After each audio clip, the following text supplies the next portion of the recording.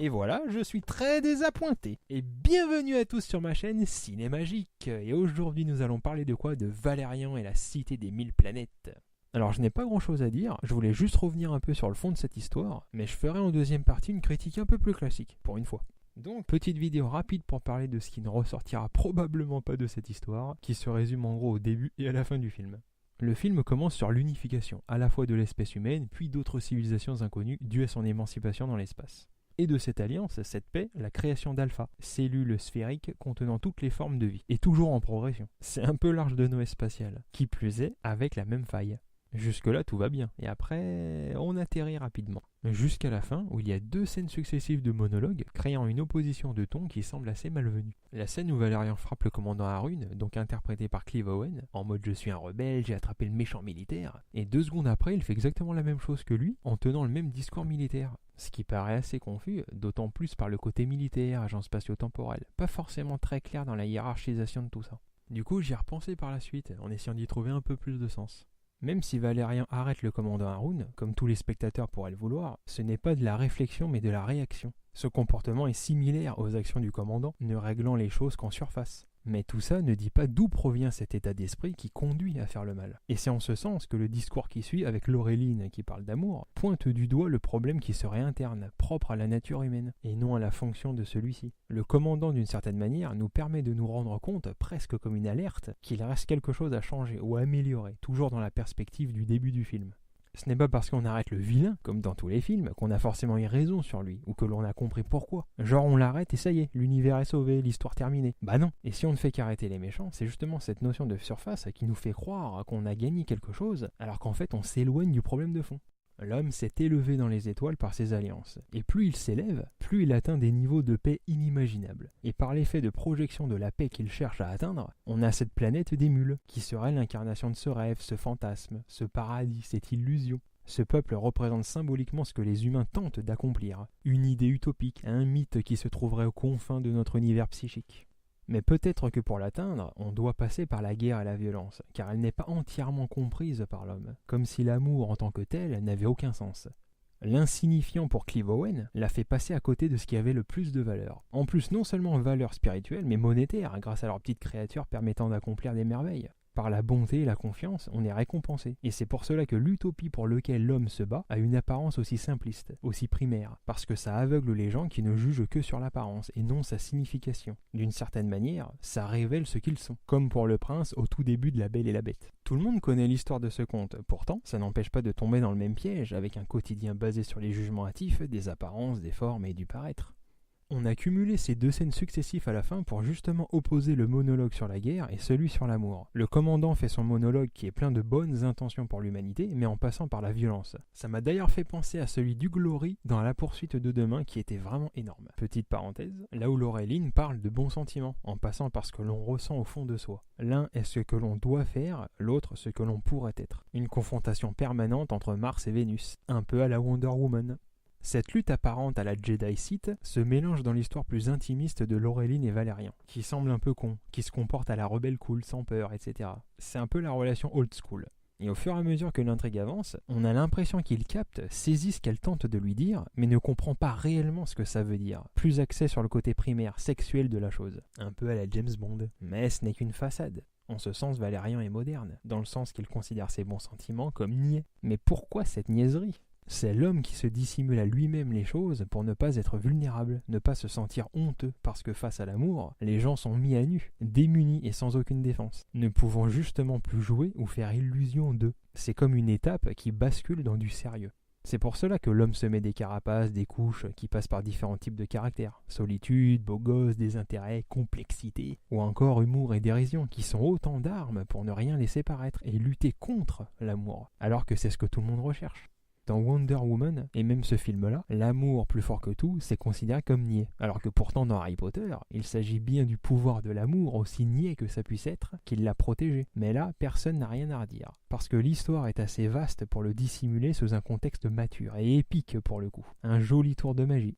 Parce qu'au final, ce qui aura de l'importance pour le spectateur, ce n'est pas l'amour, mais plus la forme ou la mise en valeur sous laquelle on va le présenter. C'est bien plus facile de s'identifier à celui qui galère, qui souffre, qu'à celui qui est en paix avec lui-même, qui a déjà acquis ces valeurs-là. Ou quelqu'un qui respire l'amour en étant tout sourire et chantonnant, comme les anciennes princesses de Disney. C'est pas étonnant que ça soit si compliqué d'y avoir accès, et qu'on préfère les héros qui galèrent bien pour y parvenir. Valérian a l'idée de la chose, mais ne la ressent pas. Et c'est pour cela qu'on peut passer à côté de l'essentiel, à cause de la forme ou la structure qu'elle semble avoir. Mais quelqu'un qui le ressent passera outre les apparences comme un aveugle. Ça ne veut pas dire que la personne est stupide. Rien n'empêche d'être lucide. C'est juste que l'on est plus avec les yeux que le cœur. C'est aussi en ce sens que l'on présente Laureline, en mode belle, parfaite, sex symbole, comme si c'était une coquille vide, alors que c'est elle qui porte la culotte. C'est la femme forte et indépendante qu'on retrouve chez Besson. On a encore une façade qui dissimule l'essentiel. L'amour, comme c'est décrit dans le film, défie les lois et l'ordre, dans le sens que c'est un élément antérieur à toutes les structures que l'on a pu créer. C'est ce que l'on pourrait d'ailleurs reprocher au lieutenant qui était avec Clive Owen sur le vaisseau, et qui fait d'ailleurs remarquer qu'il y a de la vie sur la planète. Il paraît donc empathique, mais il ne fait absolument rien. Il ne possède pas cette forme d'amour lui permettant de se battre pour la vie, contre l'ordre hiérarchique établi. Sinon, il aurait tout tenté pour l'en empêcher, comme on le voit dans de nombreux films où le héros outrepasse son statut social pour agir. Et ceux qui n'agissent pas, on le voit dans de nombreux domaines, justification, prétexte constant sur tout et n'importe quoi, où le plaisir le plus simple devient une dissection mentale et analytique. L'amour ne possède aucune frontière, aucune barrière, c'est une impulsion intérieure qui porte plus loin que les autres émotions, comme le dirait Matt Damon dans Interstellar. Ce n'est pas un statut social qui est censé pouvoir l'arrêter, le physique ou la culture d'une personne, et ce n'est pas non plus deux familles opposées qui vont pouvoir séparer le couple de Shakespeare. Désolé, je m'emporte.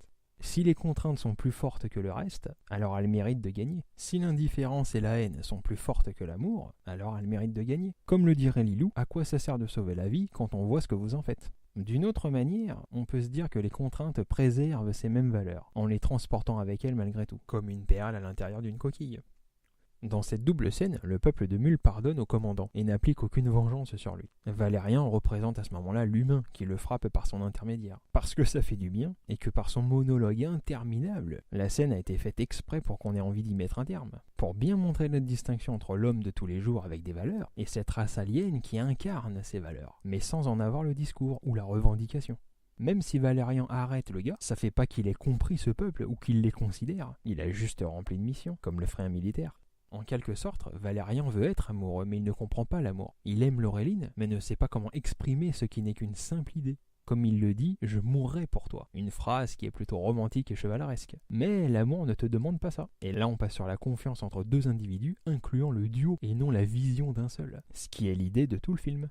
L'amour peut être perçu comme une quête, une guerre, un trophée à atteindre. Mais un autre sens apparaît par ce peuple, qui ne fait rien, ne demande rien, et ne fait que vivre en harmonie avec ce qui l'entoure. Là où l'homme est en quête, en recherche d'harmonie. Nul doute de l'inspiration d'Avatar avec les Na'vi, vivant en harmonie dans la nature, jusqu'à ce que l'homme débarque sur Pandora, pour le pire et le meilleur. Avec également le côté de l'âme et du corps, ainsi que les cow-boys et les Indiens, le côté sauvage, face aux civilisés. Avec Valérian, ça fonctionne aussi dans le fait qu'il considère la femme de manière primaire, même s'il dit qu'à travers ses conquêtes, il cherche la femme parfaite. Exactement comme ce cher Corben Dallas. Les gens ont tendance à classer un individu selon ce qu'il représente. Genre si lui c'est le méchant, on s'en fout de ce qu'il va dire. Alors que ça peut vraiment être révélateur de comment il en est arrivé à cette logique pour préserver un royaume. Même si dans ce film-là, c'est pas forcément très clair les enjeux de la guerre ou tout ce qui s'est vraiment passé. C'est comme Valérian qui ne comprend pas, mais lui aussi est un militaire, un agent qui lutte pour le bien. Même s'il a ce caractère-là, ça ne veut pas dire qu'il agit mal. Valérian est un peu rebelle, non conventionnel. C'est ce côté-là certainement qui a plu à Laureline. Il n'est pas comme les autres à la base. Comme la scène où il brise tous les mondes pour atteindre un objectif, comme s'il brisait ses propres barrières. Lui et le commandant ne sont pas si différents, puisque les deux incarnent des êtres qui n'en font qu'à leur tête et qui dissimulent des choses au quotidien. Sauf que l'un, ça concerne toute l'humanité, là où l'autre, c'est un peu plus personnel et intime. Et les deux sont en fait la même quête qui se confondent, à la fois pour eux-mêmes et par le peuple de Mule. D'où cette double scène de monologues qui se suivent, incarnant l'idée de la dualité. La planète utopique peut aussi être perçue comme le rêve que l'adulte cherche à atteindre, mais qui en même temps se reproche d'avoir, n'y croyant pas, comme le pays imaginaire, ou les contes de fées. C'est aussi en ce sens qu'il existe quand on est petit, puis disparaît en grandissant, devenant des adultes qui partent en quête, en guerre même, afin de créer ce paradis perdu, mais de manière concrète, palpable et tangible. Un peu comme dans Matrix, où les mules seraient dans l'illusion, et l'homme de guerre dans l'enfer de la réalité. Il y a ce paradoxe où ceux qui se battent, c'est pour créer un havre de paix, mais cherchent pourtant à le détruire au sein de la matrice. Il y a aussi la connotation des sauvages qui ont prouvé qu'ils avaient eux aussi la capacité d'évoluer et d'atteindre technologiquement le niveau le plus haut, alors que l'homme a lui-même oublié qu'il était passé de primate à diplomate. C'est le petit qui est parvenu au même niveau que le grand, comme un enfant qui vivait dans un rêve, que l'adulte détruit, mais qui parvient à atteindre son rêve en passant par la dure réalité. Parce que bon, quand on découvre le peuple, à la limite on pourrait leur reprocher d'être simplistes, de vivre d'amour et d'eau fraîche, sorte de vision infantile qui ne comprendra rien aux souffrances de l'être humain, de l'adulte qui se tue à la tâche, au travail et souffre pour réaliser ses rêves. Mais en gros, dans un laps de temps assez réduit, une espèce qui pouvait paraître inférieure est parvenue à tout apprendre des civilisations, de l'évolution à travers les âges, atteignant le même niveau de savoir, à tel point qu'ils sont parvenus à recréer leur paradis, là où l'humain a passé toute son existence à ne serait-ce que l'envisager. Comme le dit Cornelius, le temps est sans importance, seule la vie est importante. Et comme on le sait tous dans un autre grand film, la vie trouve toujours son chemin, tel un serpent à travers le temps. Toute la connaissance est utilisée pour retrouver son origine. D'une certaine manière, la chose la plus insignifiante est en fait la chose la plus difficile à atteindre, à l'image de la simplicité ou de l'amour. Dans les émotions, comme dans une goutte d'eau, est contenue toute l'intelligence qui se développe et s'acharne à comprendre. D'une certaine manière, ils sont un rêve à atteindre. Le parcours de ce peuple dans le film dépend des actions de l'homme. Quand Valérian comprend un peu ce que Laureline lui transmet, c'est ce qui permet au peuple de pouvoir matérialiser leur monde. En Valérian, en l'homme, se trouve la clé du paradis, mais c'est à lui de comprendre le chemin qu'il doit emprunter pour y parvenir.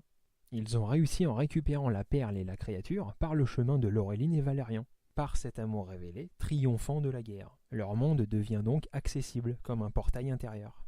On peut même se dire que c'est la violence ou le chemin de la guerre qui mène à cette planète. Par leurs actes militaires et leur expansion dans les étoiles, ils sont tombés dessus. Mais par hasard, donc, n'en ont pas conscience, et n'est pas intégré à la planète Alpha, ou en toute espèce. Il y a également autre chose qui m'avait interpellé lors de la séance, c'est la pauvreté du décor à la fin, qui se fait dans une sorte de hangar gris et tristounet. Et quel paradoxe par rapport au reste du film haut en couleur. Mais en réfléchissant, c'est probablement dans le sens que ce lieu est symbolique, justement en étant démuni du synthétique. Besson enlève le décor de sa démarche industrielle, en nous montrant ce qu'il reste derrière le superficiel. Un espace vide, à l'image de l'espace que l'on cherche à conquérir. L'on est tous en voyage pour remplir nos vies et tout n'est qu'illusion à l'image de ce film, qui remplit 2 heures de vie divertissante, mais ne la changera pas. L'on s'envole dans les étoiles, ce qui nous éloigne de la Terre, de l'humanité. Et on peut se dire que tout ce périple sert à retrouver cette humanité perdue à travers le temps. La séquence Rihanna ouvre la porte de cette humanité oubliée, devenue esclave du show et du divertissement. La grande histoire du film est dépendante de la petite histoire. Le hangar est comme le cœur, le noyau d'Alpha, qui protège et dissimule quelque chose d'un ancien temps. C'est pourtant bien dans son hangar vide que l'on trouve une perle précieuse, capable, si on le désire, de se multiplier à l'infini si elle est intégrée en nous. À l'image de l'amour en Laureline, comme le rêve que fait Valérian. Le tout ne cherchant qu'à s'exprimer, à se partager vers l'extérieur. Dans le 5e élément, pour avoir accès à l'amour, il faut comprendre le fonctionnement interne des 4 éléments, eux-mêmes faisant partie intégrante d'un corps, projetant des émotions à travers le lyrisme de la scène de l'opéra. Derrière les paillettes, c'est la mise à nu des personnages, la faille des films d'effets spéciaux et le fond qui le nourrit. Ce qui est beau, c'est notre amour, c'est ça qui est spécial.